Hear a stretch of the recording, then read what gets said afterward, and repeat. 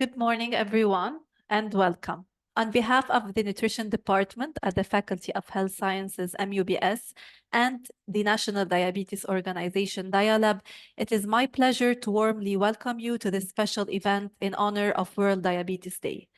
Today, we come together to explore an important and timely topic, diabetes and well-being, strategies for a healthier tomorrow. As we continue to face the growing global challenge of diabetes, it is more important than ever to arm ourselves with knowledge and tools to manage and prevent the condition effectively. The event brings together a distinguished panel of experts who will share empowering educational content to help us understand the critical link between diabetes and overall well-being. We hope that today's program will inspire you to take proactive steps toward a healthier tomorrow for yourself, your family, and your community. Thank you for joining us, and we look forward to an engaging and insightful session ahead. Dr. Jackie Malouf is the founder and president of Dialab. She is also the current vice president, acting president-elect at the International Diabetes Federation, the IDF.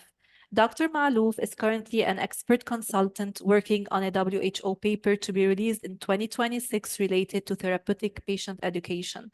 She's a passionate social entrepreneur and sits on the governing council of Catalyst 2030 and is the co-chair for the MENA region and the Lebanese chapter at Catalyst 2030.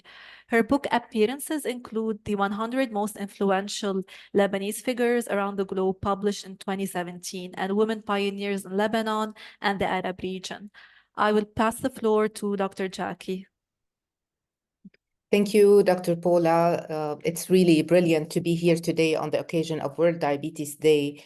Despite everything that's happening, health remains our priority, and it should remain the priority of everyone. So welcome to all of you from wherever you are joining us today. And thank you for attending today this World Diabetes Day webinar. And the title says it all, Diabetes and Well-Being. We all want the well-being, and we're going to be talking about innovative strategies for a healthier tomorrow. I would like to really extend my gratitude to those who are joining live, as well as to those who registered and will be later on watching this recording. Pardon me, through our social media channel and through MUBS social media channels, of course. A special thanks goes to the Modern University for Business and Science, MUBS, for this valuable partnership and for organizing with us this event, especially to Dr. Nail Alami, who's a good friend and an excellent president at MUBS, and to Dr. Paula Haj. Our partnership with MUBS dates long years ago, and we are keen not only to keep it progressing, but also we are always looking for innovative ways of collaboration for the good and well-being of our community. I would like to remind everyone that this webinar has been accredited with Continuing Professional Education Unit, CPEU, by the Academic Committee of the Lebanese Order of Dietitians, LOD. We thank them for that and we appreciate their trust. It's always an honor to welcome our esteemed keynote speakers. Today, we will have a video recording from Professor Mohammed Sandid, who is the chair of the MENA region at the International Diabetes Federation, and Professor Peter Schwartz, who's the president of the International Diabetes Federation, IDF. Both have been kind enough, being very busy and traveling, to send their video interventions, one in English and one in Arabic. I would like also to express my appreciation to Dr. Marwan Zoghbi, an esteemed member of our scientific committee board, who is going to be presenting today. To Ms. Laura Hajej, with whom we have successfully collaborated on numerous occasions, and to Mr. Pedro Darjani, a dedicated diabetes advocate and our newly elected young leader in diabetes for the YLD program with IDF, and who will be participating at the training next April 2025 in Bangkok for the new cohort 2025-2027. I trust that you will find the content of this webinar insightful and beneficial, and we will delve deeply into the theme of diabetes and well-being through a series of presentations and discussions. Despite all the challenges, as I mentioned earlier, that we face in our current situation, it is always crucial that we prioritize our health and remain mindful of our well-being. Later in this session, we will explore strategies to navigate these challenges effectively. Make sure to share any questions you might have, and we do hope that we will have the time to address them all.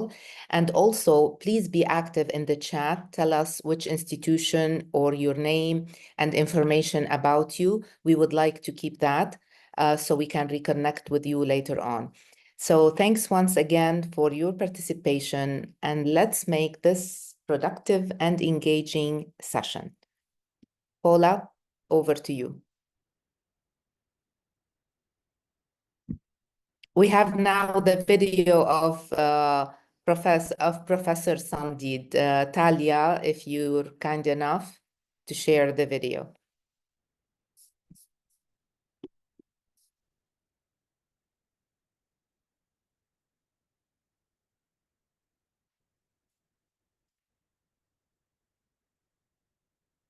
No sound.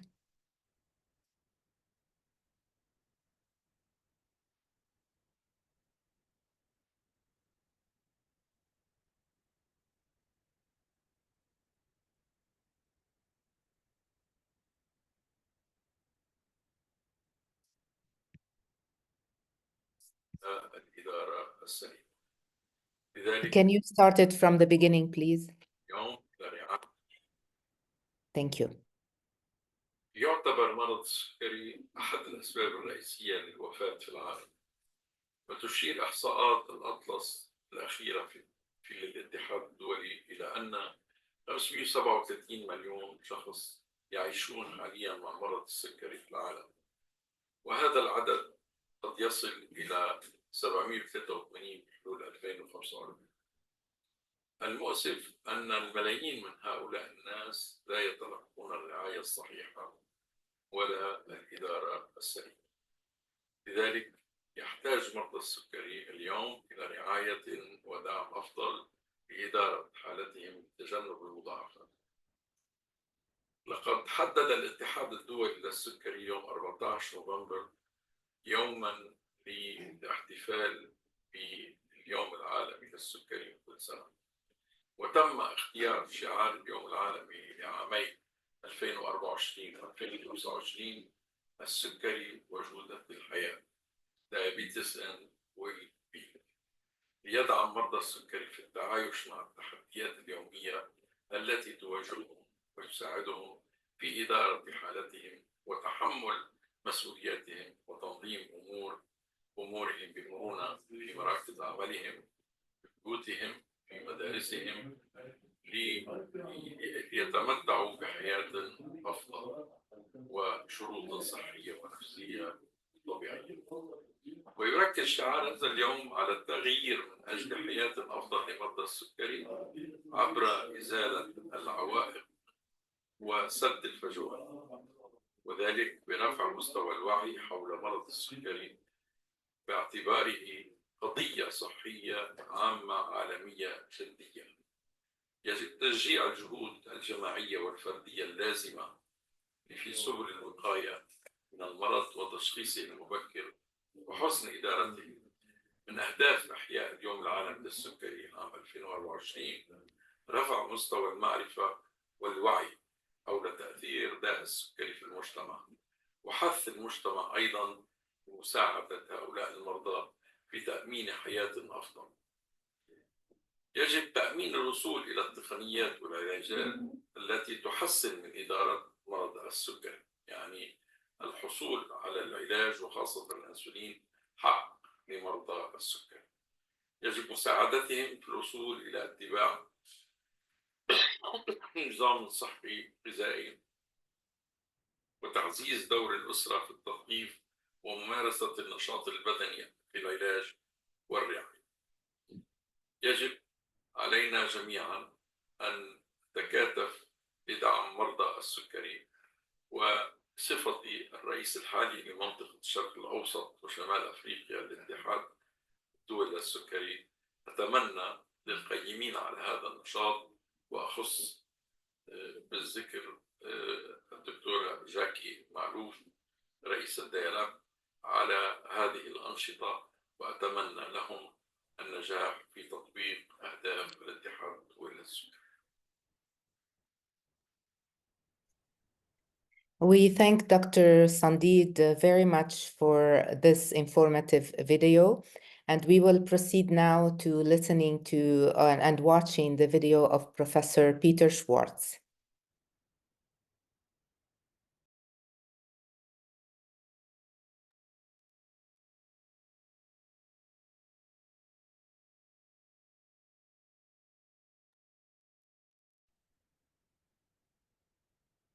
Dear Chairman, it's a great honor to be here today. Thank you very much for the introduction. And it's a great honor to be here today on the Diabetes and Wellbeing webinar, Innovative Strategies for a Healthier Tomorrow. And I must say, this exactly says what is one of the challenges we have to address today as the diabetes community, together with patient and healthcare professionals who are interested in improving the quality of life of people living with diabetes. I'm Peter Schwartz, and I'm Professor for Prevention and Care of Diabetes, and I'm the President of the International Diabetes Federation. And today it's the 12th of November, and in 2 days from now, it's World Diabetes Day. And World Diabetes Day this year has the topic Diabetes and Well-Being. And you may ask, why is this important? If we are asking our patient, and the International Diabetes Federation has done this, 70% of our patients say that they already experience an impact, a negative impact on quality of life and well-being due to diabetes. Actually, 80% report that they already had a burnout due to diabetes, and this is twice as bad because the burnout, again, is affecting self-management of people living with diabetes. And 75% of the people living with diabetes report that they would like to get help and support, social support, due to the impact on well-being and quality of life coming from diabetes. This has to change.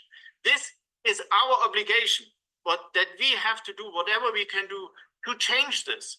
We as healthcare professionals, far too long, we're only focusing on diagnosis and treatment and definition and outcome. And this is not wrong, but this is not only a small part of the story. We have to become better to understand the needs of people with diabetes. We have to become better in addressing the need of people living with diabetes. We have to focus our therapy, our intervention, our approaches on improving quality of life and well-being of people living with diabetes. I have the chance, and I do it. I travel all around the world, meeting diabetes organization, meeting people living with diabetes, and the needs of people varies a lot. It's very different. Is it Pakistan? Is it Finland? Is it Suriname? Or is it any other country?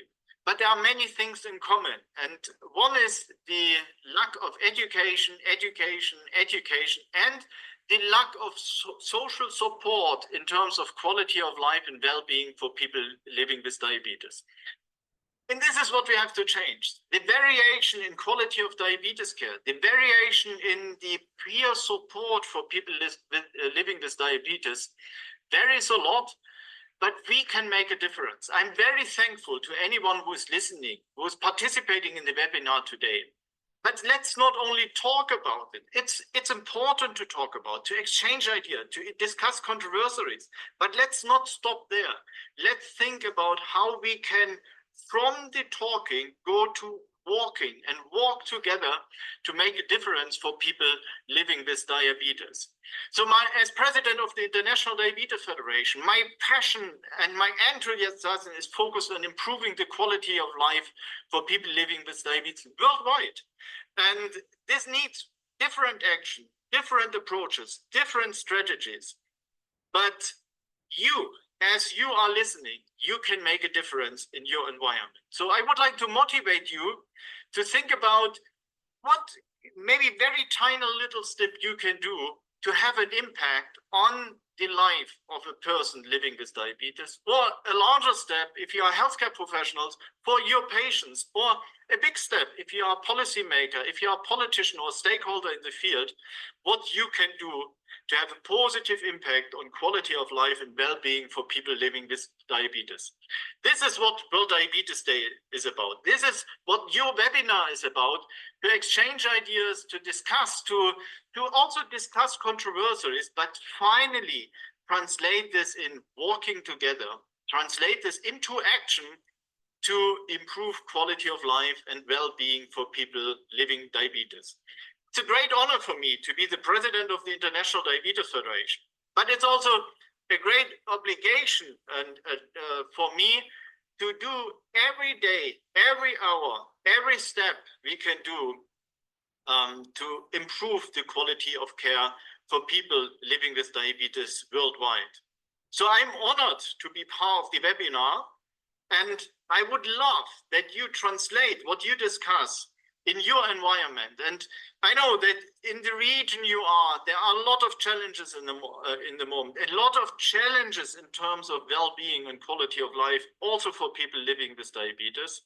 And I would love that you translate the discussion into action, improving quality of life for people living with diabetes.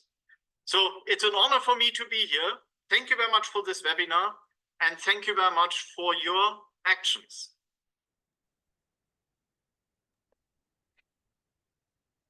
Okay, so we will begin with the multidisciplinary panel discussion.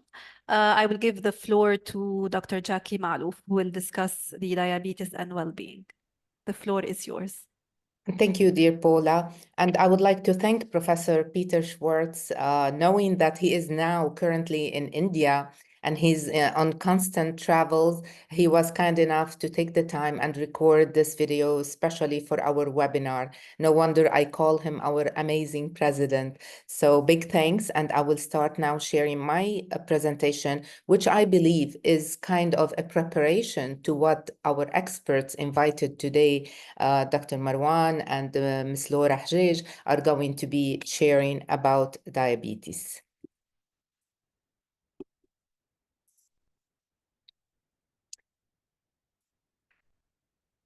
Okay, so 1 second. That's it. Okay, so you know already our webinar of today and what is the topic. I will be speaking a little bit about Dialab, mission, vision, objectives, because this sets the background of why we are here today and what we are talking about. We will mention our programs, some latest statistics, why the theme of World Diabetes Day. You're going to be hearing a lot about it, as this is a World Diabetes Day event. And then the well-being, what is it, how to achieve it, what are the resources we can be using, and what is Dialab's response to the current war situation in Lebanon, what is our diabetes relief initiative, of course, key message to take home. Our mission is to improve the lives of those living with diabetes by promoting healthy lifestyles and addressing well-being. And so you see now why the important title, it is in the core of our mission. And our vision is, of course, very optimistic to stop the rise of diabetes and improve the quality of life. QOL, remember this because you will hear a lot about it, especially when we talk well-being. We need to talk about a good quality of life. Now, our objectives are, of course, mainly to raise awareness, to disseminate appropriate information. Why do we say appropriate information? Because, you know, nowadays, if you type diabetes on Google, it will give you a zillion answers. Are they all correct? Not necessarily. Are they all precise? Not necessarily. So what we do here at Dialab is we disseminate appropriate information and educational material prepared by professionals in the field. We help affected people improve their lives and their quality of life through also quality nutrition care, and we deliver community programs and services to high-risk population. We also facilitate progress in research, and lately we have been publishing many papers and participating through many abstracts, actually, for the International Diabetes Federation in Bangkok 2025. We have we've been accepted with 4 abstracts.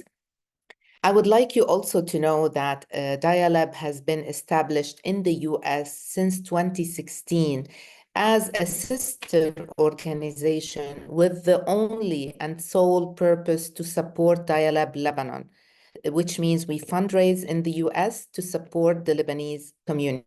About our programs, I will not delve in depth into them. I will only focus on few, but just for you to know, we have Diabetes in the Classroom, which is currently on standby because of the current situation. But through this program, we visit schools and universities, and we raise the level of awareness about diabetes. Through Diabetes in the Community program, we have partnered for many years with municipalities across Lebanon. Also, this one is a bit on standby for now because we have other initiatives according to the current situation. Patient education and support is ongoing, and it is a very important program, especially that it addresses the well-being of people living with diabetes. We have workshops and training of professionals. We have addressed nurses, dietitians, in some cases physicians, to also enable them to know more in depth about diabetes. Of course, those workshops are always delivered by professionals. We have a volunteer training and internship program. Sports activities are also very important, especially that well-being this year focuses on physical activity as part of the path to get to well-being. And of course, every year we celebrate through knowledge and through activities. We celebrate World Diabetes Day, and we have many initiatives. Now, the latest statistics, and this is from the IDF website, not any statistics. You will understand why those statistics are so important when we speak well-being. 36% of people living with diabetes experience some kind of distress. 63% of those same people living with diabetes say that they fear developing diabetes-related complications, and which affects their well-being, because fear is not a nice feeling to have, you know. And if they have this constant fear, we know that well-being becomes far to reach. We have 28% of people with diabetes who finds it very hard to remain positive in relation to their condition. They may think my HbA1c is not good enough. My weight is not ideal. How do I do this? How do I do that? And they have so many little decisions to take every day. And then we have 75% of people living with diabetes who talk about the effects on their quality of life and well-being. This is very straightforward, and it's not any percentage, it's 75%. And 80% talk about burnout related to diabetes. They're tired, they can't carry on at some point in life. And then we have more than 70% who ask for social support due to diabetes effects. These statistics will tell you very clearly why we are talking about well-being, which is going to be the focus for 2024 until 2026. And of course, when we speak well-being, there is the physical aspect, which is the focus for this year. There is the emotional, mental, and spiritual aspects, which are going to be tackled as we progress in the topic. Now, about well-being, I would like to state some important information where it encompasses both physical and mental health. And both are crucial in managing diabetes. You have to be fit physically and you have to be at ease mentally so you can really manage your diabetes. But it includes factors like stress management, emotional support, and that's where the support groups and the peer support sessions that we do at Dialab are so important. And of course, maintaining a healthy lifestyle is a challenge. Now, maintaining a healthy diet, regular physical activity, and weight management are extremely essentials in order to control blood glucose levels. And there are many studies that show that a balanced diet can significantly reduce HbA1c levels, which is a key indicator of long-term blood glucose control. I know we have many dietitians attending this webinar, and that's why your role is key, especially under the topic we are addressing now. And Dialab's educational program emphasizes the importance of adopting a healthy lifestyle through workshops, through nutrition and physical activities, and I spoke about that earlier. Now, these initiatives aim to empower individuals to manage their diabetes effectively, and through that, contributing to well-being of people living with diabetes. Okay, people living with diabetes are 2 to 3 times more likely to experience anxiety and depression. There are many studies that prove that, and actually there is, we have at Dialab a full presentation about the bidirectional relationship existing between diabetes and mental health. And this can definitely negatively impact the diabetes management. And also research shows that psychological support and stress management can significantly improve HbA1c level and diabetes outcomes. And also there is a study in Diabetes Spectrum published in 2022 that found that individuals receiving psychological support had a significant reduction in A1C, in their HbA1c levels, with improvement in coping mechanisms and self-care behaviors. Yes, those are words, but very, very powerful ones when we talk about a better management of diabetes. Now, what does well-being mean to our community at Dialab? And this is a feedback and from quotes from our Dialab members. It means no stigma. It means better glycemic control. It is related to self-care. To some, it means proper diet, regular exercise. To others, it is their stress management that will lead to their well-being, and in some cases, acceptance. Now, we've talked a lot about well-being, how to achieve it. There is a key component and a main challenge, which is access to medication. A new report published by the WHO has highlighted the alarming state of global access to insulin specifically and diabetes care in general. And it finds that high prices and low availability of human insulin, that few producers dominate in the market, affects the health systems, and it is a main barrier to universal access. We speak about universal health coverage, but this is one of the main barriers. Two components that each of them deserves a whole presentation. I'm going to go very quickly over them because it is very important, their role and what they play in the well-being process. One is DSMES, which is Diabetes Self-Management Education Support.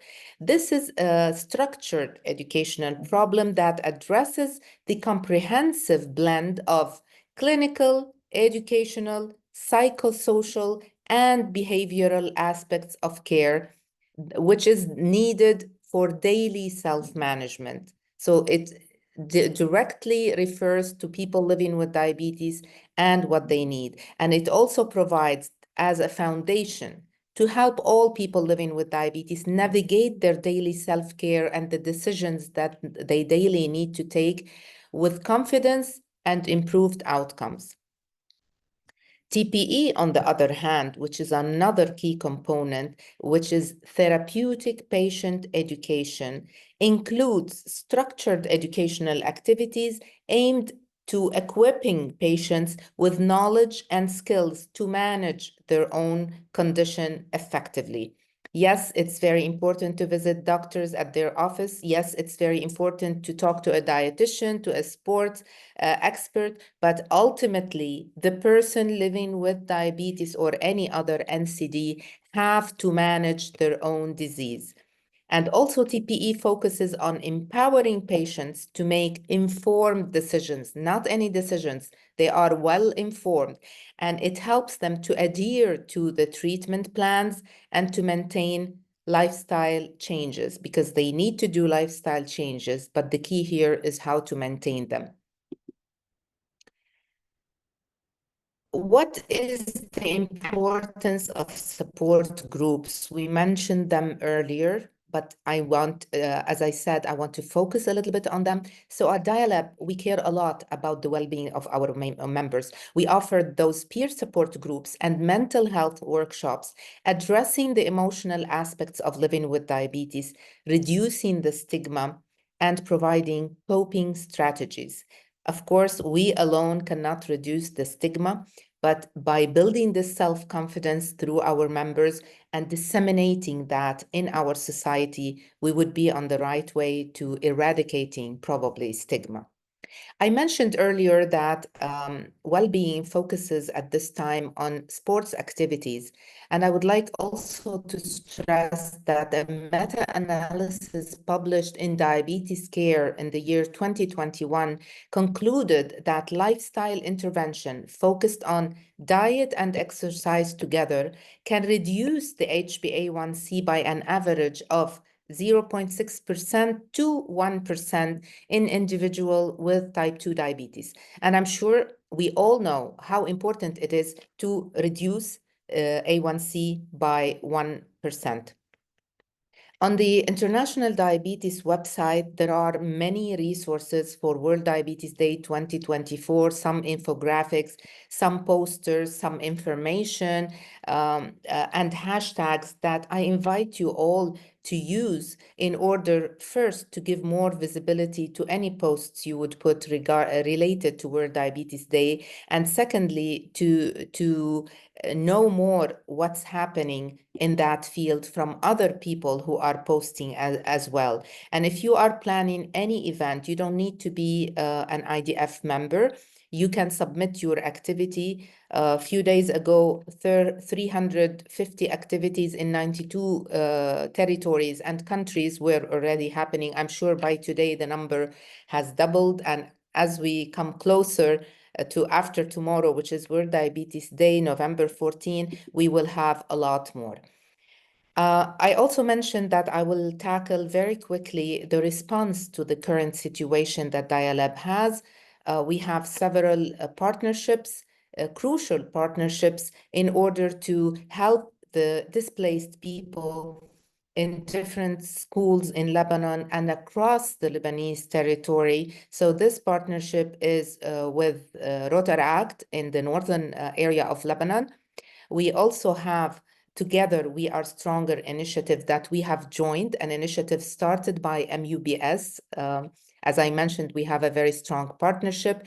The students and professionals are visiting schools with displaced families, and they are weekly visits. So big numbers of them are getting glucose testing, nutrition consultation, and medical consultation if that is available at some point. We have also a partnership with MUMS, also part of the MUBS network, and we have a campaign happening on the day of World Diabetes Day. So what we're trying to do is to make the biggest number of people benefit from what we have. Our Diabetes Relief Initiative and under the hashtag diabetes medication for all, provides essential medication to people in need of medication for diabetes and NCDs in Lebanon. We don't publish much about this. We do work a lot though, but the thing is we cannot afford to respond to all the petitions. We are trying very hard to provide people with medication. Our impact map in Lebanon, as you can see in the red dots, we are proud to be helping through what we know, through our mission, people living with diabetes across Lebanon and on Lebanese territory. The key messages from my presentation would be a holistic approach to diabetes, incorporating physical and mental and also emotional well-being into the diabetes care to improve the outcomes. And we all know that the benefits of integrating well-being into diabetes care will reduce the A1C levels, will give us fewer complications that we all want to avoid, will improve the quality of life, and will enhance the patient's satisfaction. All of that leading to well-being. I will finalize by reminding everyone that health is not a privilege. It is a human right. And also by reminding everybody, when Dr. Frederick Banting invented the insulin, he said, insulin does not belong to me, it belongs to the world. And I certainly look forward to seeing insulin available and affordable to everyone living with diabetes in the whole world. Thank you for listening to me. Over to you, Paula. Thank you, Dr. Jackie. I will introduce our next panelist, Dr. Marwan Zighbi. Dr. Marwan is a family medicine specialist from USG. He is a member of Dialab Scientific Committee and the Lebanese Order of Physicians Council. He is also the founder of the Lebanese Research Forum. His interests are community mental health, diabetes, public health, and has presented many conferences and led several workshops on these topics. Dr. Marwan, I will pass the floor to you. Thank you for the introduction. I hope you are still following us. So thank you, Dr. Jackie, and all the other panelists for the nice talks. I will start from the point you ended your presentation with. So the story of the well-being and how do we look at this concept of health is something that is interesting to see and to study across the cultures and across the history. So it all started when we thought that being healthy is about having no disease. So health was defined as the absence of disease. And then they found that it's not true. And then the WHO adopted the famous definition about health being a state of well-being on the physical, mental, and social dimensions. And this is good, but it's also not enough. And now we define health as a resource. We define health as this ability to survive and to live with what we used to call disease, like diabetes, and to adapt and to still being able to be productive and to continue being an active member of this society. And this relates directly to the definition of well-being and how making sure that we are helping our patients feeling good and feeling well and staying productive. This may be the most important, because it's not about a number of A1C. It's not about preventing only complications. It's about this well-being, which is something that is more holistic. And this is what we preach in family medicine, adopting a holistic approach when seeing a patient. So a patient is not a paper, it's not the lab test he did, it's not the physical exam we performed. A patient is a holistic part, is a holistic body where he has mental, social, and professional activities and dimensions for his well-being. So saying this, I will go into my presentation and I will present the outline. I will not be long, don't be afraid about this slide. So we'll talk about the diagnosis and classification of diabetes, prevention, and how to delay the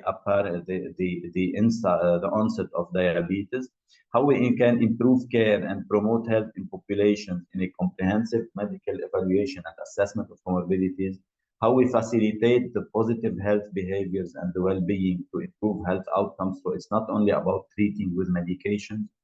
What are the glycemic goals, and what about hypoglycemia and treating diabetes? What are the new technologies we use, and some of the microvascular complications? So there is nothing in the dark that isn't there when the lights are on. We only need to look and to see what is the evidence about what medicine and what the science is telling us about this mysterious disease, which is diabetes, and where are we now in treating this condition, and how successful we are, and where do we want to go. So now when we talk about diabetes, we cannot deny the fact that it's an epidemic.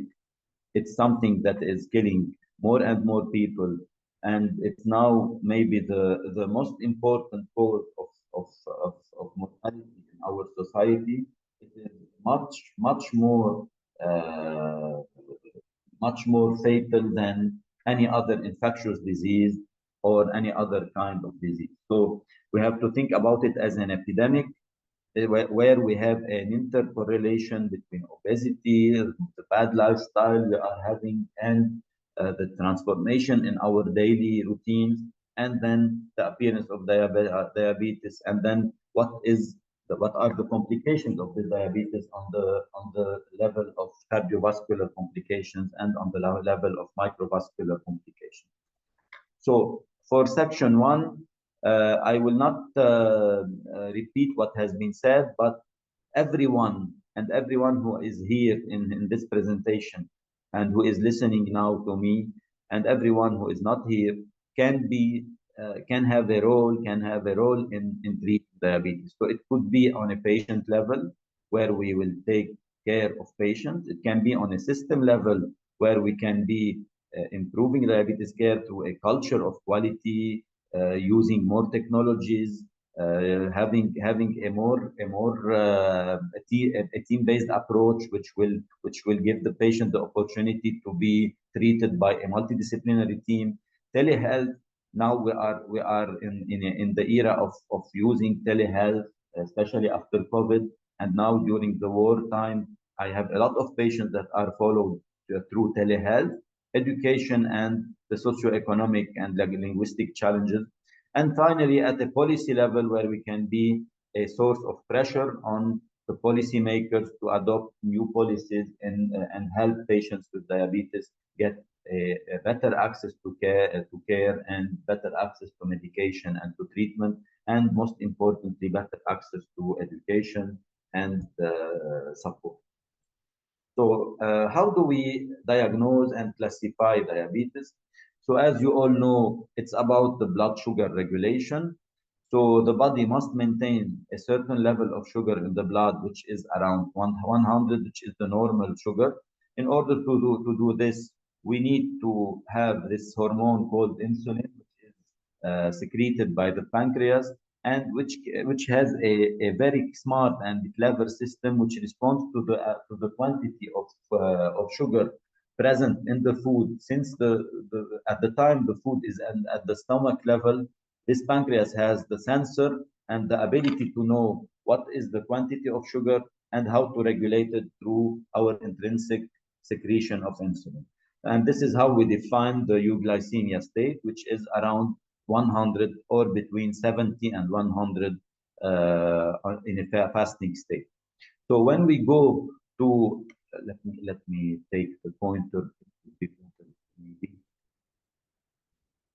So when we go to the definition, we have a normal fasting plasma glucose when it is below 100. When we are between 100 and 125, we talk about pre-diabetes, and this is very important, especially in type 2 diabetes, because it is associated with a higher risk of cardiovascular disease, a higher risk of complications, and most importantly, we know that around 10%, one out of 10 patients with pre-diabetes will go into a diabetic confirmed diabetes during the year after. So every year we have 1 out of 10 patients with prediabetes who will get diabetic. And we define diabetes as a fasting blood glucose of more than 126, or we can use another definition, which is the use of A1C, مخزون السكر, we call it.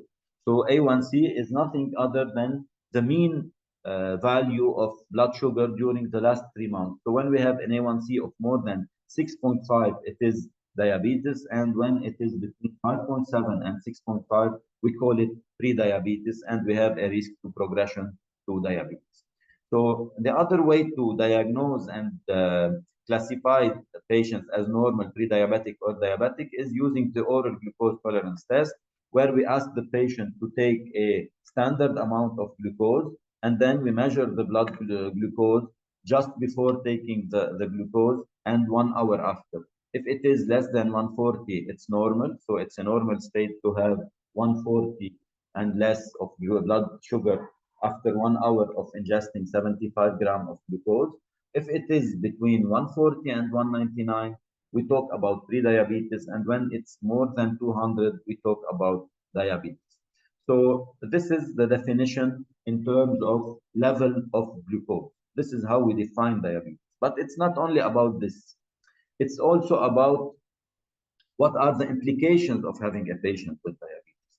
So when we have a patient who is labeled as pre-diabetic or diabetic, you must know that this patient is already at a higher risk of having cardiovascular disease. So studies show that a patient who has diabetes at the day of diagnosis, for type 2 I'm talking, this is not very true for type 1. So for type 2 diabetes, on the day of diagnosis, the patient has already 3 times the risk of getting a MI, a myocardial infarction, compared to the normal population. And it's a risk that is comparable to another patient who has no diabetes and who already had his first episode of MI. So just to let you know, how much does this diagnosis mean in terms of risk? So it's not about the level of A1C. It's not about the level of fasting glucose. It's not about those criteria only. It's about what does this mean in terms of risk.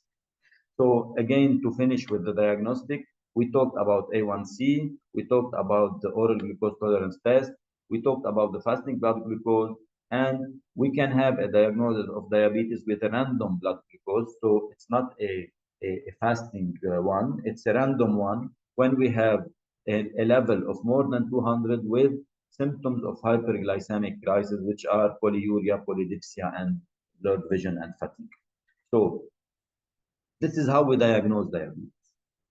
And then let's make the difference between 2 types of diabetes, the main 2 types. We have other types, we will see them later, but the main 2 types are type 1 and type 2.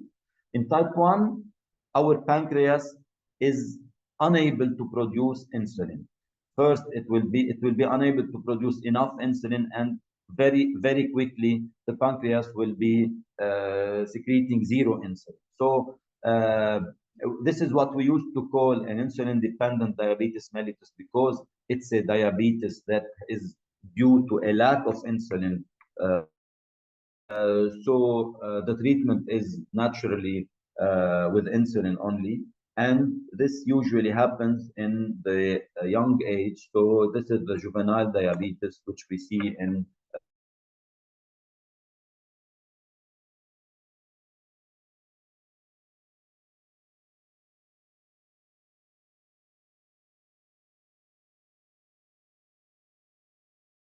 the epidemic.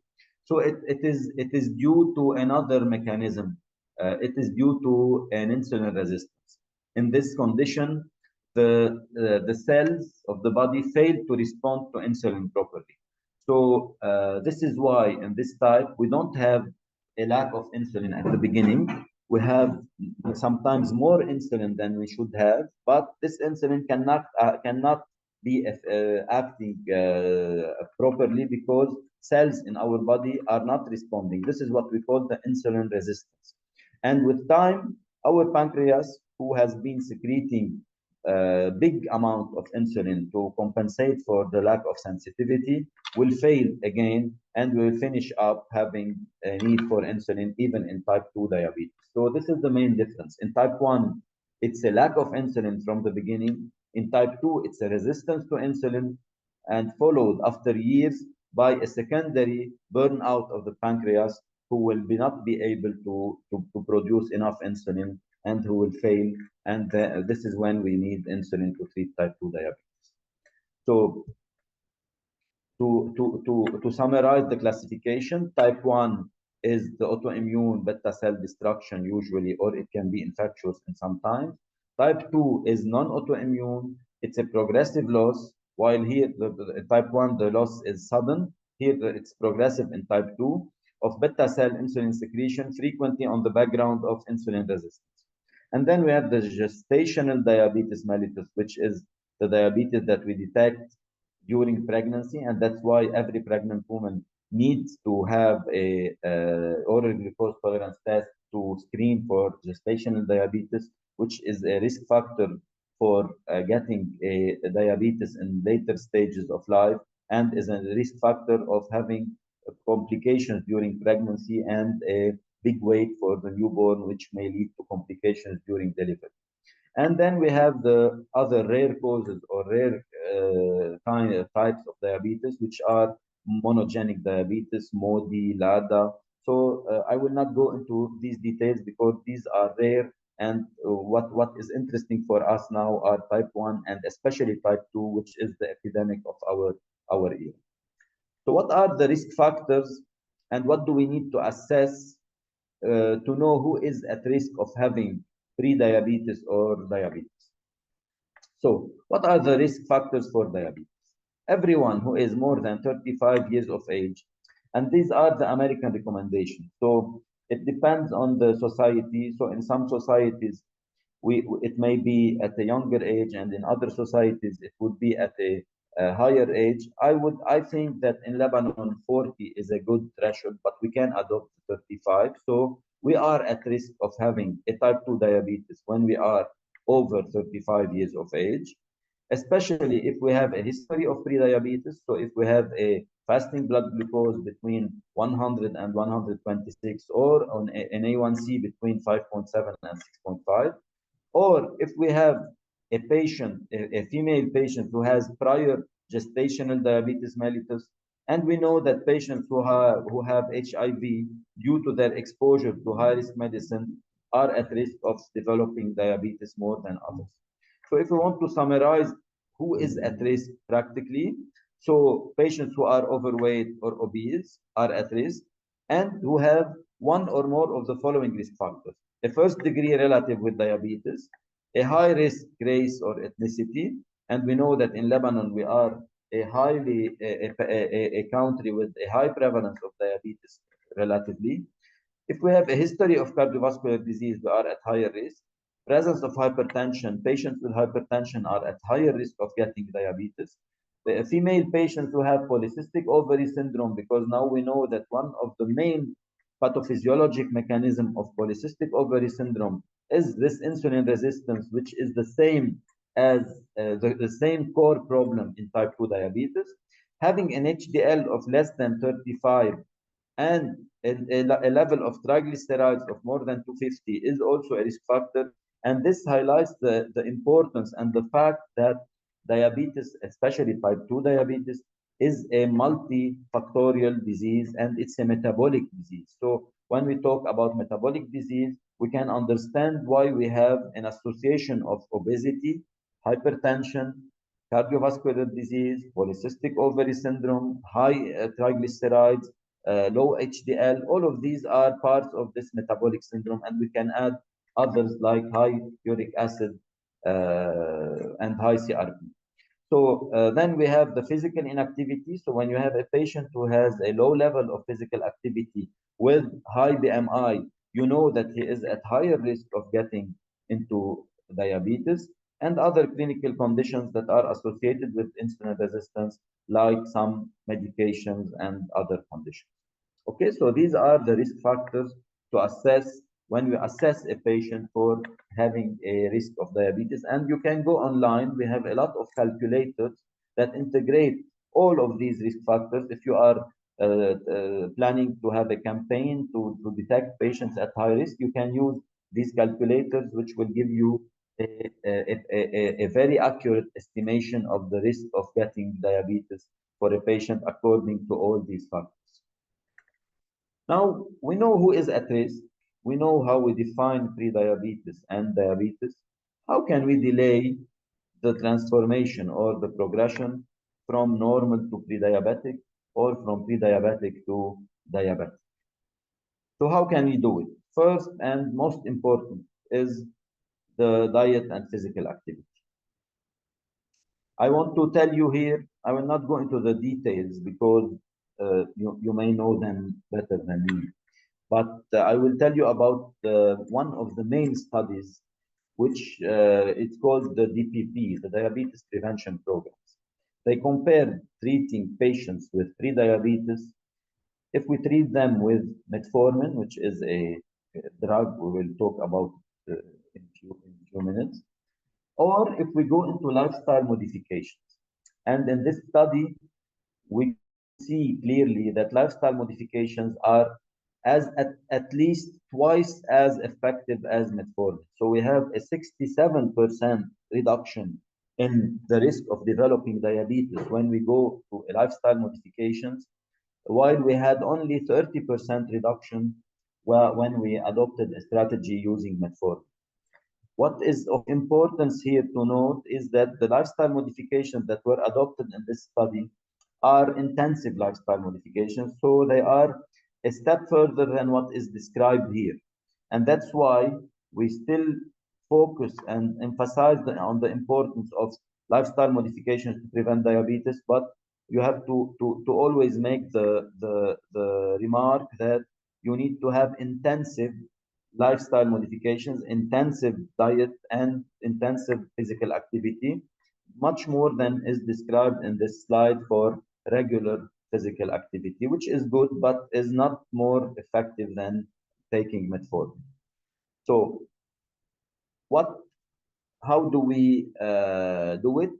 We talk about people-centered or patient-centered or person-centered care goals for individuals at risk of type 2 diabetes. So we have to start by assessing what does our patient have, what is his lifestyle, what is his schedule at work, what are his food habits, and then we will go into strategies to facilitate the weight management if he has obesity or overweight, to minimize progression of hyperglycemia, talking about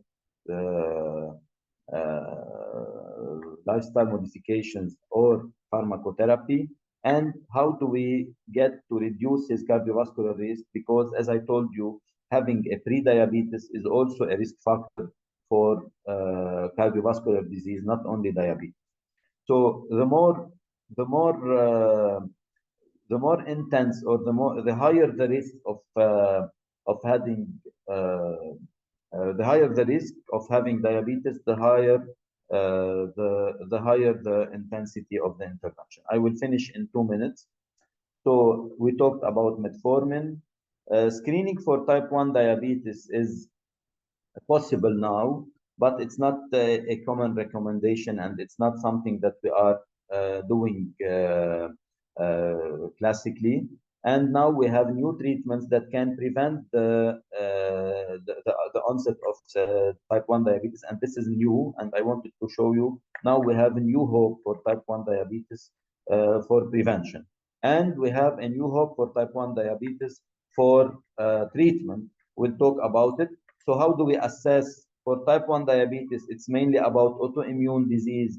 So when we have a type 1, look about thyroid disease, celiac disease, anemia of autoimmune nature, liver disease, adrenal disease, and muscle disease.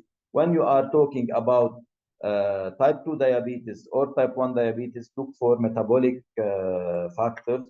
And don't forget to look at the bone health, because bone health is very important in patients with diabetes, and this is one of the major determinants of the quality of life of these patients. So a final word about complications is the non-alcoholic fatty liver disease, which is the new epidemic, and it is closely associated with the risk of diabetes. So Dr. Jackie talked about this, so I will skip them because it's the same about the nutrition and the education of the patient and how do we do it. And I will finish by what are our glycemic goals. So if you want to prevent complications, you need to set your goals in terms of A1C. The best predictor of complications is this A1C. It's a holistic approach. You have to take care of all the other components, but for diabetes, think about measuring A1C. And now we have something new, which is the continuous glucose monitoring. So we have two ways of measuring how are we getting, how good are we at treating diabetes. A1C or the continuous glucose monitoring, which is the new technology in diabetes. So we use it to control the glucose or to check for the glucose in a continuous way and to define what we call the time in range. So we need to have our patients in range for the higher percentage of time that could be achieved. So this is a kind of graph that we have with this continuous glucose monitoring. And this is how we set the A1C level. So the more the patient is young and has less complications, the more strict we are in defining our goals. And this is what we call, again, the person-centered approach. And finally, new technologies. This is my last slide. These are the new technologies. What do we have as new? We have new treatment for type 1. It's called Lantidra, and it's a kind of transplant of beta cells into the liver. So it is giving very promising results, but unfortunately, it's not accessible for everybody because the cost is about $400,000 US dollars. New technologies in the diagnosis and in the management are the insulin pumps, which will pump insulin into the body in a continuous way. Then we have the connected insulin pens and pens caps. These are insulin delivery pens like the pens we use, but they are related device that can record or send insulin dose data and might also calculate doses. So it's a kind of AI that will help the patient define his good dose. And then we have the continuous glucose monitoring system, which will be of use when it is connected to the insulin delivery system. And finally, we have the self-management support software, where we integrate data from big data from AI in order to help the patient decide, make good decisions about their diabetes and treat their diabetes in a good way, especially for patients who are on insulin. I will stop here. Thank you for your attention, and I will be ready for any questions. Thank you, Dr. Marwan, for this informative session and presentation. Our next speaker is Ms. Laura Hajej. Ms. Laura is a nutrition instructor at AUB. She's a certified ACSM sports registered dietitian with more than 5 years of experience with varsity teams and a trainer in the field. Ms. Laura, the floor is yours. Thank you, Dr. Paula. It's a great pleasure to be here with you in a dear university and with dear people like Dr. Jackie and MUBS. I will share my screen, and it won't be long, I promise. I will share my screen with you, and I will start. Can you see my screen? Okay, perfect. Yeah, today we're going to talk about sports nutrition and diabetes mellitus. I'm going to try to make it as general as possible, because as you know, when it comes to athletes or people who regularly exercise and who has diabetes at the same time, it's very individualistic. But I'm going to talk about different general guidelines that we use and that dietitians who are attending today can benefit from. So why do we implement sports nutrition and diabetes mellitus? Because we want to optimize the performance of the athlete and as well to keep him safe by managing his glucose level.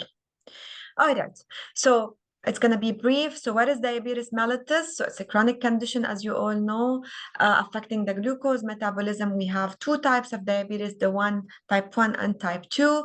Why is it important to integrate sports nutrition in diabetes? Because first of all, we don't want the glucose mismanagement to affect the performance. So we want to enhance the athletic performance. ما بدنا إياه يفكر إنه والله أنا عندي diabetes, it's going to hinder my progress.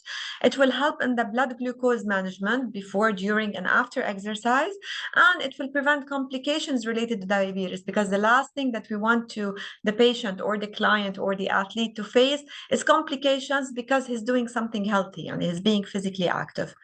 Type. So in type 1 diabetes, بيجي لعندكم patient or a client or a varsity team to the clinic.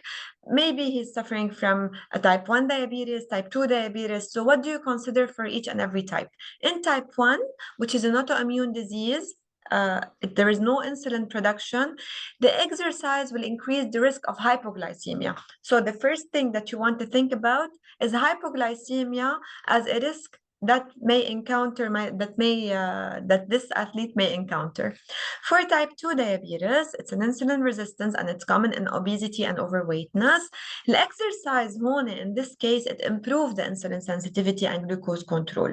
So again, you may think, إنه شو the type of exercise that I may encourage with this patient whenever he has type 2 diabetes. بس في عنا key consideration for both. We have the balanced nutrition, so 3 pillars: a balanced nutrition, the medications, and the physical activity. And by medication, I mean insulin, okay, in this case. So هول 3 pillars اللي أنا بدي أشتغل عليهم in order to safeguard the health of my athlete or of my patient. Now, what is the role of nutrition in diabetes management? Of course, نحن في عنا أول شيء we want to regulate the blood sugar through the carbohydrate intake, the timing, the quality, whether it's simple carbohydrate or complex carbohydrate. All of these will affect the glucose level, the glucose numbers in my blood. And the macronutrient balance, for sure, they will help avoid the spikes and drop in glucose. So نحن بنعرف كتير منيح إنه having a glass of juice لحالها is something, and having a glass of juice وقتها نكون عم ناخد a toast في عليه eggs and avocado and whatever, it's something else. It's it affects the spikes in glucose. So هيدي something that we should take into consideration. The second thing is the metabolic impact of the exercise. So نحن again in type 1, it will نعطي الهم hypoglycemia and want to prevent it. In type 2, want to increase the insulin sensitivity and want to improve the glucose uptakes by the cells during the physical activity. The first and foremost macronutrient that we talk about is the carbohydrates. So carbohydrates in the case of diabetes is our main focus. ليش؟ لأنه they provide energy during exercise and they influence directly the blood glucose levels. كيف بنعمل management لهدول الكربوهيدرات؟ بالtype 1 diabetes, pre-exercise is very important. So you should make sure that your client, your patient, your athlete is having carbs before the exercise and to regulate his blood sugar عشان ما يصير في عنده hypoglycemia. And in type 2 diabetes, we should do the carb counting because we need to manage, in this case, the insulin sensitivity. Okay, so we worry more about the carb counting. شو types of carbohydrates يلي ممكن نعطيهم لأور client? It's simple carbs and complex carbs, as we all know. Simple carbs شو شغلتهم؟ They give an energy, a quick energy, quick calories, ودغري بيعلوا the glucose levels. It will cause a glucose spike يعني. The complex carbs, they provide sustained energy, all right, sustained energy throughout the day and a better glucose control. So both are important. ما في واحدة أهم من الثانية. واحدة because نحن we need to prevent hypoglycemia and to protect our client from the drawbacks of hypoglycemia. والثاني complex carbs because we need to have better satiety, better glucose management over the long run. هلا other macronutrients come into play as well مثل البروتين and the fat in diabetes. طبعا حطيتهم بسلايد وحده لانهم منن as important as الكربوهيدراتس. البروتين شو شغلتها؟ It supports the muscle repair and recovery because نحن we need it after we need it throughout the day. طبعا هذا it's a whole concept by itself. But after the workout, we need it for the repair of the muscles, and أكيد it modestly impact the blood glucose if any. Okay? بس كتير هي مهمة إنه ناخدها بعد الإكسرسايز. الفاتس الهيلثي فاتس مثل الأوميجا 3 الأوميجا 6 طبعا essential fatty acid they help reduce the inflammation in the body whether you have diabetes or not. But if you have diabetes بدك يهون شوي أكتر and they improve the insulin sensitivity through several studies. I didn't mention them here. And should be balanced to avoid the excessive calorie intake. So fat are important. Having important and essential fatty acids in your diet is crucial. However, you should be careful because the fats are energy dense. So كمان إذا حدا عنده type 2 diabetes and عنده مشكلة overweight زيادة in the abdominal area and the android area, we don't want that to happen. Okay, so we try to manage it as much as we can. Timing of food of nutrition is very important. So حكينا عن different types of macronutrients and شو الرول تاعولن. هلا رح نحكي عن timing of the nutrition. So the pre-exercise 1 to 2 hours before your exercise, you should tell you should tell the patient who has let's say glucose management problems to have a moderate carb intake of 30 to 60 grams with some proteins. يعني having يا smoothie إذا بده أو ياخد toast في عليه شوية eggs and salad on the side, or for example to have oatmeal. كله هيدا بيساعد. ما هو بيكون في 30 to 60 أكيد it depends على وزنه للبيشنت. بالنهاية ما بدنا نعطيه زيادة. For type 1 diabetes, I check the blood glucose level right before the exercise and I adjust the insulin dosage. Doctors بيعرفوا أكتر how to I'm not gonna go into that how to adjust the insulin dosage. بس أهم شيء إنه أعرف شو ال blood glucose numbers قبل ما يبلش exercise. During the exercise, and especially if the exercise lasts for more than 60 minutes, we will consume easily digestible carbs to maintain the blood glucose. نحكي هون على cross country skiing, cross country biking, الماراثون. They can have these carb gels, they can have these carb gums, juices. It depends على tolerance تبع الجات تبع each and every athlete. عم نحكي طبعا exercise الدوريشن تاعولتهم طويله more than 60. less than 60 ما في داعي especially اذا البيشنت مش حاسس complications. البوست exercise especially in type 1 diabetes you have to make up for the potential hypoglycemia. أنا already كان الglycemic level عندي كتير منيح قبل ما بلش exercise. I did some 45 to 50 minutes walk let's say or elliptical or whatever. I need to check my blood sugar دغري بعد الexercise because I don't want to face hypoglycemia. You have a meal or a juice or مش juice, a smoothie or whatever that has carbs in it. We want to make sure that the glucose levels go up and we want to replenish the glycogen stores in the muscles and we want to promote something that we call recovery in sports nutrition. هلا some strategies again هولي كلهم I have to emphasize and this is a disclaimer this is general recommendation. Of course كل patient كل بيفرق عن الثاني, males females, age, other complications, type of physical activity, history of management of their glucose level, كله it plays a role. But this is just take a general strategy. For type 1 diabetes we have something called exercise-induced hypoglycemia. So we know there is an exercise-induced hypoglycemia and we know that we have to manage this one. منراقب البلد glucose before, during إذا كان الexercise more than 60 minutes and after the exercise for sure. I adjust the insulin based on the activity intensity and the activity duration. So then they play a factor in this. And again, the doctor would come, the endocrinologist will come into play in this part. We do the carb counting because we want to calculate the insulin needs based on the carbohydrate intake, based on the goal of the patient. أنا بدي زد له وزنه, بدي to make him lose weight, I want him to maintain his weight. Okay, so كله هيدا it comes into play whenever we are doing the carb counting وقد إيه بدي أعطيه. And continuous glucose monitoring. This is important, okay? You know, it's a machine and it provides real-time glucose levels, and it's هيك attached by Bluetooth, okay? And you can read your numbers. هيك you would know during the exercise شو عم بيصير معك. We advise all athletes to do it if they are professional athletes and they do exercise all the time.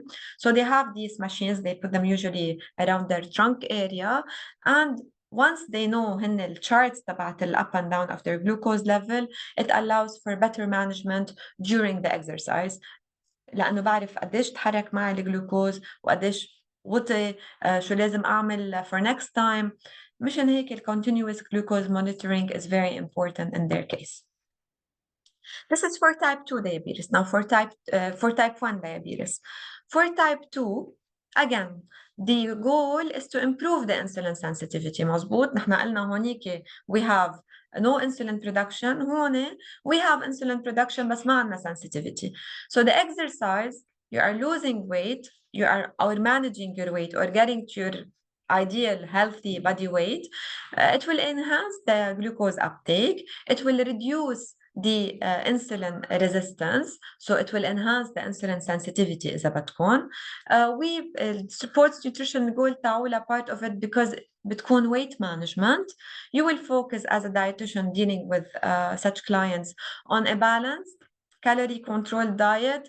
بنعمل فيه carb counting between the different meals and snacks because we don't want insulin spikes, and we want as much as we can إنه نخفف الفات percentage بجسمنا, enhance the insulin sensitivity. كلهم هيدول بنحطهم as goals whenever we are dealing with a patient who has diabetes and he's physically active at the same time. شو بنعطيه؟ بنعطيه high fiber food because we want to maintain satiety, all right, and we want معروف الفايبر يعني بالويت مانجمنت, and بنعطيه low glycemic index carbohydrates. And again, just like type 1, we monitor the blood glucose. So regular blood glucose checks are very important to assess how this exercise يعني affected your blood glucose level. OCGM, continuous glucose monitoring, it comes into play as well. Now some practical tips هيك إذا بدكم تعطوه tips, just general tips for the athlete. بتقولوا له أول شيء to make sure أكيد إنه يعمل a good glucose management. You create a personalized plan based on the intensity, duration, and frequency of the exercise اللي بيمارسها الأثليت, and you adjust the carbohydrate intake and the insulin injections accordingly, according to the type of exercise, duration, the frequency, the intensity, the weight goal تاعولكم, and you do all three things. You advise the patient, your client, to be well hydrated. So proper hydration will optimize the performance, لأنه أكيد ما منا الكلاينت البيشنت هو عم يعمل سبور ليكون هو dehydrated, منفوت بcomplications تانيين. So we want to optimize the performance by a good hydration. كمان hydration is a chapter by itself, and manage the blood glucose. And you avoid extreme blood glucose fluctuations. You want through trends, يعني through شو صاير معه من قبل, and through your experience, you want to prevent hypoglycemia by monitoring and adjusting the nutrition during, before and after the exercise. So نحن هدفنا الأول إنه ما يصير في عنده hypoglycemia or hyperglycemia before or after the exercise. Now, what are some potential risks and challenges for athletes who has diabetes at the same time? Hypoglycemia. أول شيء بنفكر فيه طبعا ما بدي يقشط السكري معه. So a major concern is hypoglycemia, especially for type 1 diabetics.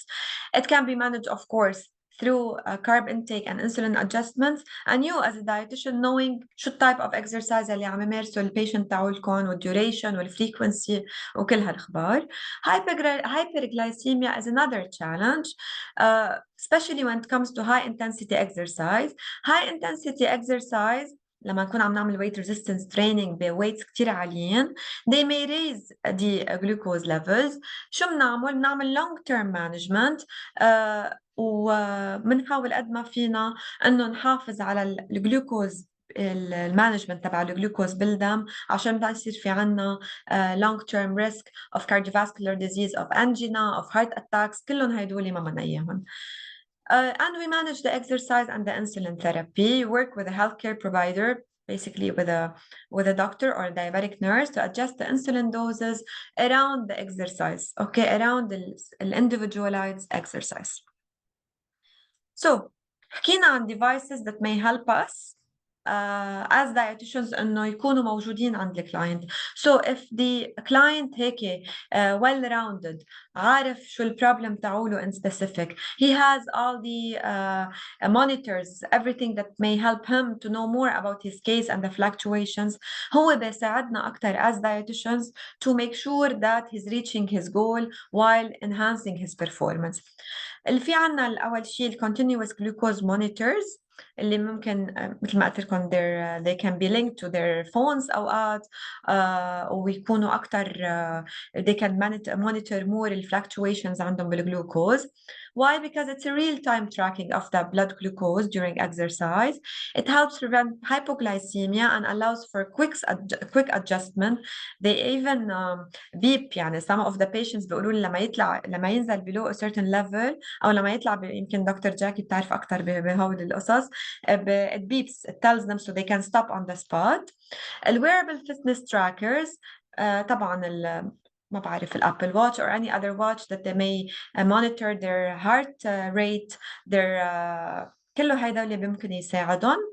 They will track the exercise data along with the CGMs. It will help them هيك do the plan in parallel, and it will help a better nutrition, insulin plans and exercise regimens. So in conclusion, just to make it quick and brief, what are the key takeaways points? Nutrition is very critical in managing the diabetes during exercise. وقلنا الريسك الأول اللي بنفكر فيه هو الهايبوغلايسيميا. How? By balancing the carbs, the proteins and the fat. It will maintain basically carbs. We have to give the patient a personalized plan according to their insulin injections, according to their type of physical activity. And the final thoughts are physical activity is a very powerful tool for diabetes management. أبدا مش لازم نقول له أو نخاف when someone has diabetes نقول له لا please بعد عن certain types of physical activity. لا, we encourage physical activity ونحن بنظبط له their plans و their diets and their insulin injections for him to be physically active لأنه nothing beats being physically active. وأكيد it requires هيك careful attention و insulin therapy, a good diet specialized to this patient, to an individualized patients. So مثل ما بنقول للpatients عنا بالكلينيك never هيك borrow diets. The patients who have diabetes and who are physically active never ever borrow diets لأنه they're super personalized. Thank you very much. I hope I was brief and quick, and let me know if you have any questions. Thank you, Ms. Laura, for this very interesting and informative presentation. I will give the floor to Mr. Pedro, who is a young leader in diabetes in Dialab. The floor is yours, Mr. Pedro. Good morning, everyone. Hope you're feeling safe and sound. يلا.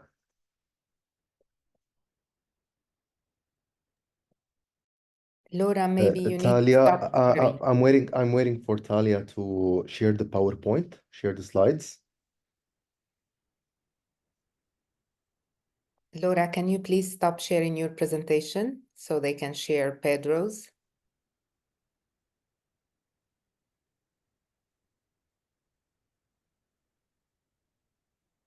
Does it still show? Because I'm not sharing anything. I stopped sharing. It is still on.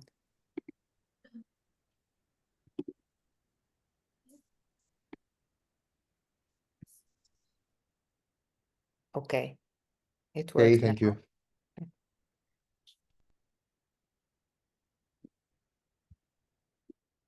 Well, my name is Pedro Jean Paul Derjani. I'm 25 years old and I've been living with diabetes since 2017. Well, I am willing to share my story and explain how Dialab has made such a big impact on my life, not just in managing my diabetes, but also in improving my overall well-being. My diagnosis story, it all started with some symptoms.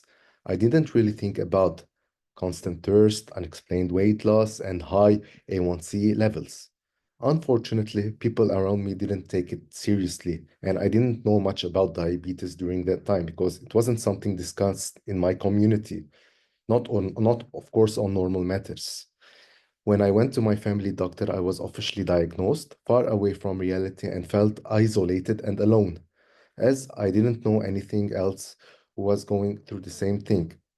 I also felt under a lot of pressure. I felt shy about having diabetes. للأسف عايشين بمجتمع وهيدا واقع مجتمعنا إنه everyone starts pity and everyone is judgmental وهون أهمية الوعي السكري. Joining Dialab. At first, I wasn't sure about joining Dialab. I was in a denial, not managing my health well, and didn't know where to turn. But everything changed when I started following Dialab on social media in 2017. I saw real stories about people like me, people living with diabetes, and I felt inspired. I also want to thank my personal doctor, Dr. Nancy Nakhul, for encouraging me to join Dialab. What Dialab means to me. Being part of Dialab has been life-changing. It introduced me to a group of young people who are not only dealing with diabetes, but also focusing on improving their health and well-being.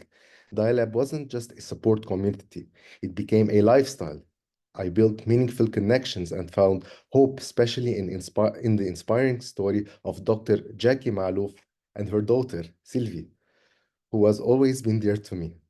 Thanks to Dialab, I learned how to take care of my body and mind. I also started volunteering, which gave me a sense of purpose and helped me improve my own well-being through Dialab. I even had the chance to become a young leader in diabetes and join the YLD program, and I am looking forward for this experience in the upcoming future, of course.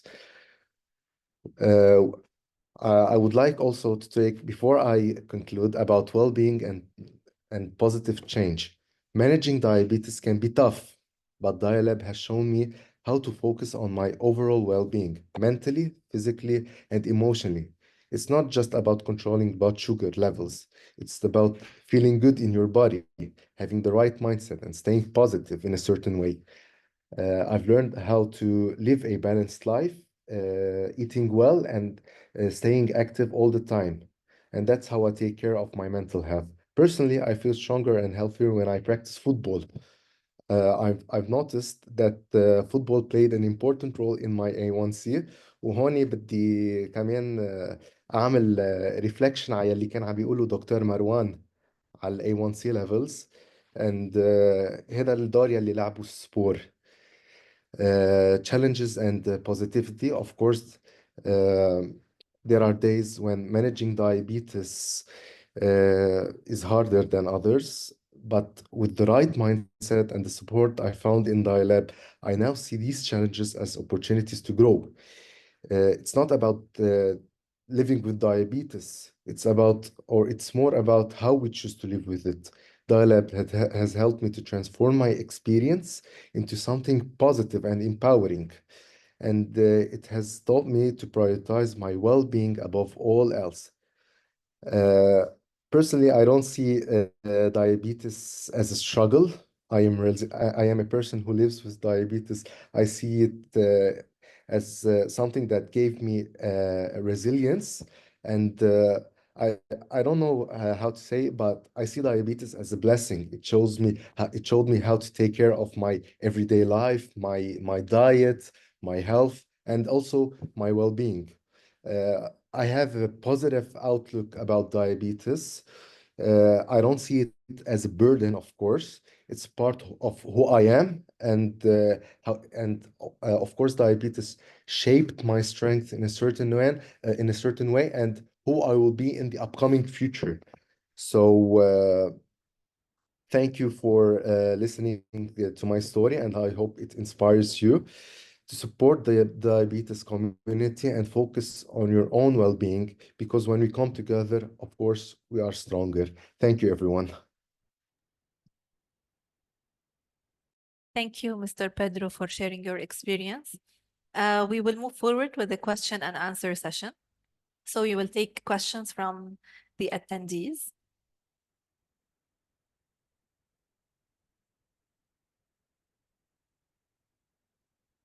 If anyone wants to ask, yes. Yes, Ms. Hiba.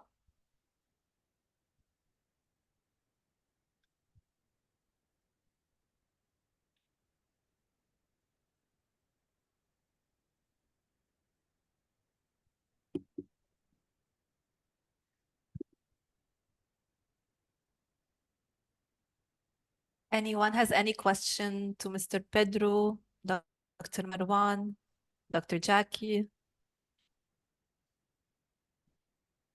Yes. Yes, Dr. Noura.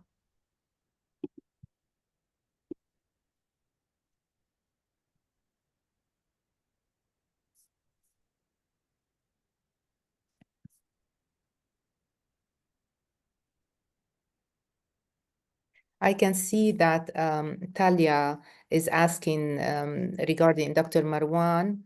The question is to you. You mentioned bone health for women after 50 and that they are more at risk of having diabetes since they are at higher risk of having bone problems.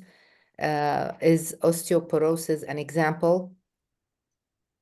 Yes, exactly. It's all about osteoporosis mainly. So we know that being diabetic exposes to a higher risk of getting osteoporosis, in addition to some oral antidiabetics which are incriminated in increasing the risk of osteoporosis. So this is a serious risk that would entrave the quality of life of the patient, and that has to be taken into consideration when assessing and evaluating patients with diabetes, especially for female patients who are at higher risk, especially after menopause.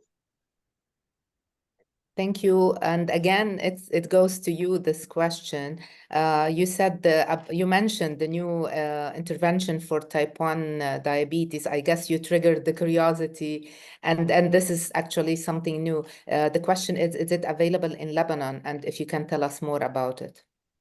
Unfortunately, no, it's not available yet in Lebanon. It's available in some European countries and in USA. And the major problem is the very high cost. It's about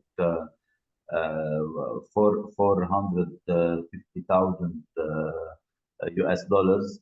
But the results are really very promising. We have really, according to the studies, few side effects, very good tolerability, and spectacular results. So most of the patients could stop insulin, and another part could reduce their insulin need to a very important level. And another question to you, Dr. Marwan. I guess you're our star speaker. Is it possible to go back to normal if patient is pre-diabetic? This is a very important question, and I know the answer, but please go ahead and let us know, Dr. Marwan. You know, this was the title of an editorial in New England Journal of Medicine at the time I was resident. So it reminds me about this editorial.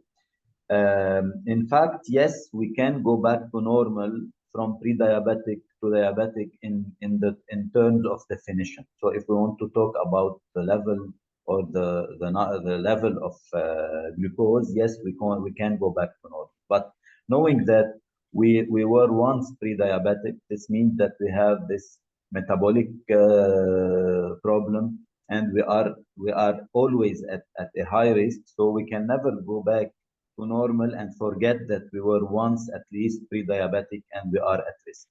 So in terms of numbers, yes, we can go back to normal. In terms of risk, we have to always be aware that we are at risk. Thank you, Dr. Marwan. This is actually very important because we at the International Diabetes Federation are focusing a lot on those people in the pre-diabetes area, if you want, because yes, they can go back to the normal numbers, but as Dr. Marwan mentioned, they have to keep monitoring as they progress in age and so on, in order not to go back to the high numbers of glucose in the blood. I guess we don't have any further questions. I would like once again to thank all our speakers, and you are all dear friends and very dear to my heart, other than great collaborators. And together, yes, we are stronger, as the initiative, as MUBS states very well, and to which we have adhered recently.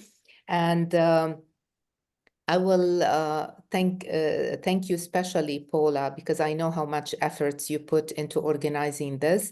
I would like to thank all the attendees once again, and we'll finish with this statement that Dr. Marwan started with, which is about how health used to be the definition of a life without disease or disease-free life, but now actually it is about well-being and what quality of life the people are living. I'm seeing another question, so I wouldn't like to go without addressing this. So Haneen is saying how much percentage of CHO we can give daily for the pediatric patients. I'm guessing this is for For the Dr. pre-diabetic patients, yes. Oh, pre-diabetic, sorry, pre-diabetic patient. So Ms. Laura is no longer with us. She had to go to her class. So I will answer this question. Okay, So yes, usually for sure. pre-diabetic patients, we target the 45% of carbohydrate as our target percentage of CHO per day. So the pre-diabetic. And big thanks to Laura also. Her presentation Yes. was fantastic. And I want to say a word about Pedro. Actually, I haven't seen the presentation.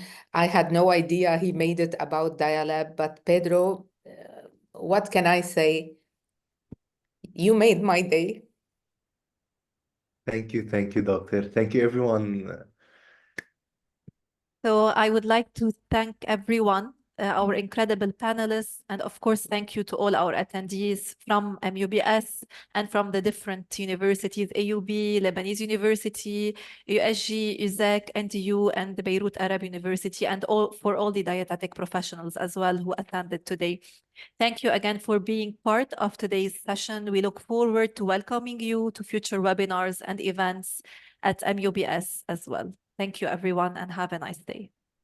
Just Thank to you. mention that Bye-bye. hopefully after 1 week, you will be receiving your e-certificates to your emails from the Lebanese Order of Dietitians for all the dietitians who attended our session, our webinar today. Thank you, everyone. Thank you. It was a pleasure. Thank you, everyone. Thank you. Thank you. Thank you. Bye.